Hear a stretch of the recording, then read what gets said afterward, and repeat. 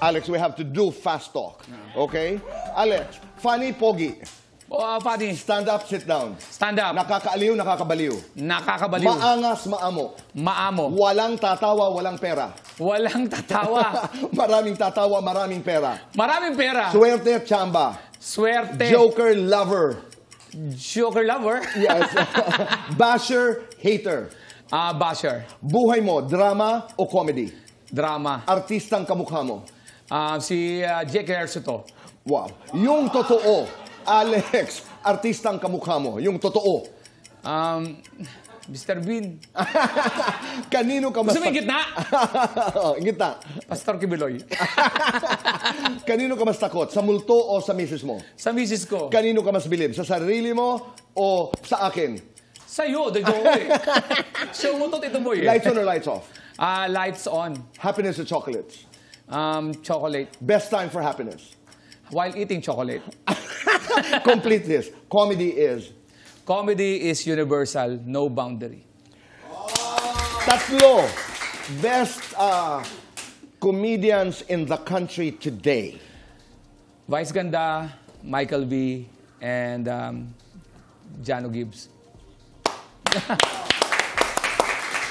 You know, there was, mabilisan lamang po ito, there was a controversy about yung pagnanakaw ng mga material. You got involved in that. Tapos na po ang kasong ito, nag-apologize, tinanggap po ang apology. Ang tanong ko, is this something that happens often? Common ba ito sa komedya? Yes, common. Lalo na sa kay Jokoy. Mahirap kasi dapat wag kopyang-kopya, word for word. Mahirap yon, nakaw talaga yon. Pero yung daplisan, premise, because ang dami ng premise, okay lang yon.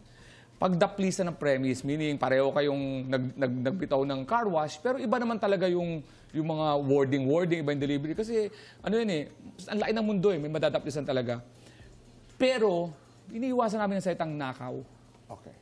Masakit doon ang nakaw eh. Nakarating doon sa anak ko. Hindi, nakaw talaga ang word na iniiwasan namin. Pwedeng, may similarity tayo. Pwede namang in a nice way. Right. Pwede kayo mag-usap. Pero mahirap ang nakaw kasi hindi natin alam kung sino talagang nagsimula. Okay. I totally get it. Alex, ang hirap ng pinagdaanan mo. There was a time when you were not being appreciated. Nariyan ang asawa mo, nariyan ang pamilya mo. Right now, last question. Kung magpapasalamat ka, because I know your wife worked with you, kasama mo ito sa laban, what do you want to tell her? Salamat sa yung sitwasyon namin. Kasi yung sitwasyon namin, alam niyang lagi siya yung kawawa. Kinawawa doon sa mga jokes ko. Pero napakatatag niya para patanggapin na siya rin yung nagbigay sa akin ng inspiration to create more jokes. And my kids also. Yeah. So, parte siya ng success. Maraming salamat. Maraming salamat. Tamang panahon!